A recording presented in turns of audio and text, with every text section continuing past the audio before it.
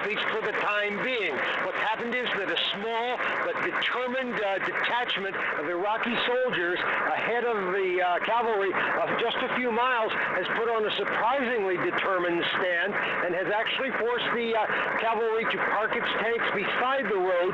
This has not been a head-to-head confrontation, but when the cavalry commanders discovered that there was a determined and hostile force ahead of this unit, they began to call in artillery. The artillery pounded and pounded the Iraqi detachment, which is ahead of us, but that still did not dispel it. They called in the Kiowa helicopters.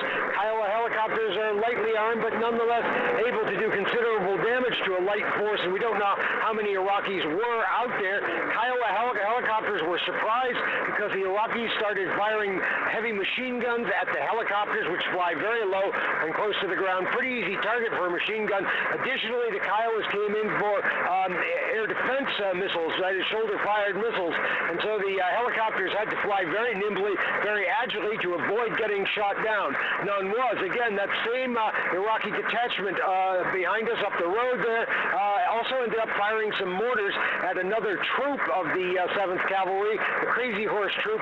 No American soldier has been injured, no helicopter shot down, but it has been a tough little battle up there, so much so that just a short while ago, the Army had to call in, get help from the Air Force. Air Force sent in an A-10 Warthog, rather slow-flying jet, but one which generates enormous flying power, and the A-10 aircraft's a tank destroyer, but one which sprays enormous amount of ammunition through a Gatling gun, just plowed through the area.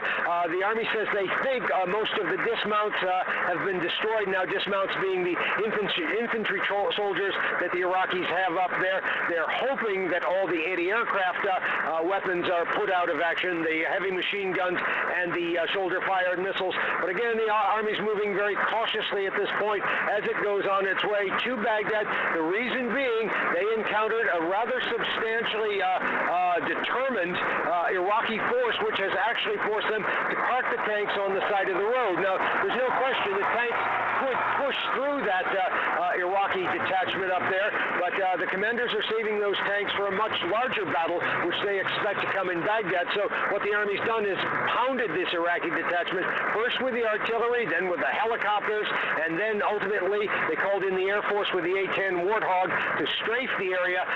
Still not sure that the 7th Cavalry can go ahead, but the Iraqis put up a serious little fight up there. Back to you. Bill? Walter, the 7th Cav primary mission there is to scout, get in front of the 3rd Infantry Division and find out what the best and easiest route might be going north. Is this the first time you've been stopped? And if you go back to yesterday when we saw these fascinating pictures of you moving sometimes at 40 miles an hour, have you seen movement like that earlier today?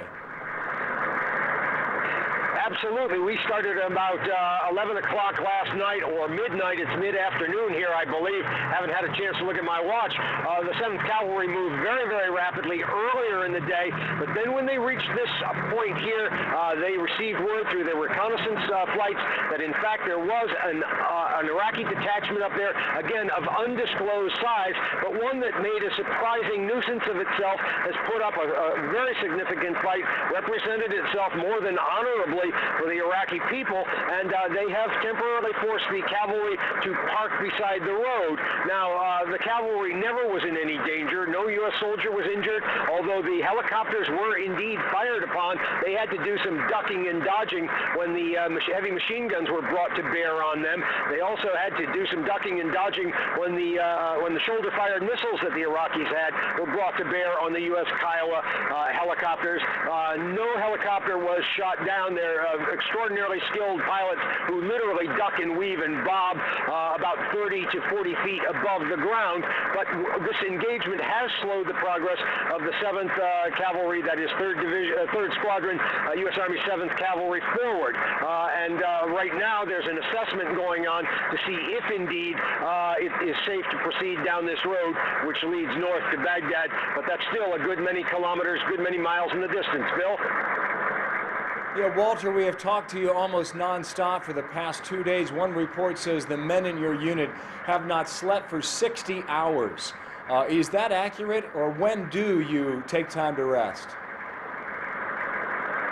That's true, Bill, and nor have we. And I've talked to these soldiers, and they literally have been rolling, if not rolling 60 hours, busy refueling or conducting maintenance on their vehicles.